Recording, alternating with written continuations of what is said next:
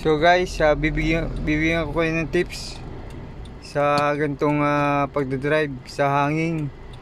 So nakahang tayo ngayon, umatras siya umatras pag binibitawan kong preno. So ganito lang guys, gawin nyo. Cambio natin cambio primera, then upper clutch saka brake. So i-release nyo yung clutch dahan-dahan hanggang kumagat yun sa biting point nya.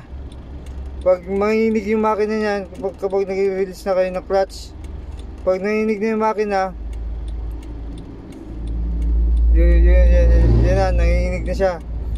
Bitawan nyo yung preno, then pigayin nyo yung acceleration, tapos dahan-dahan bitawan yung clutch. Ganito, yan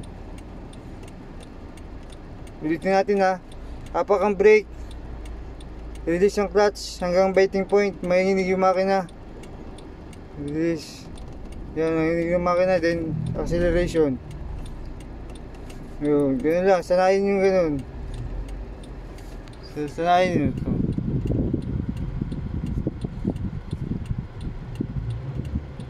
Yan, sanayin nyo ganyan. Sanayin nyo.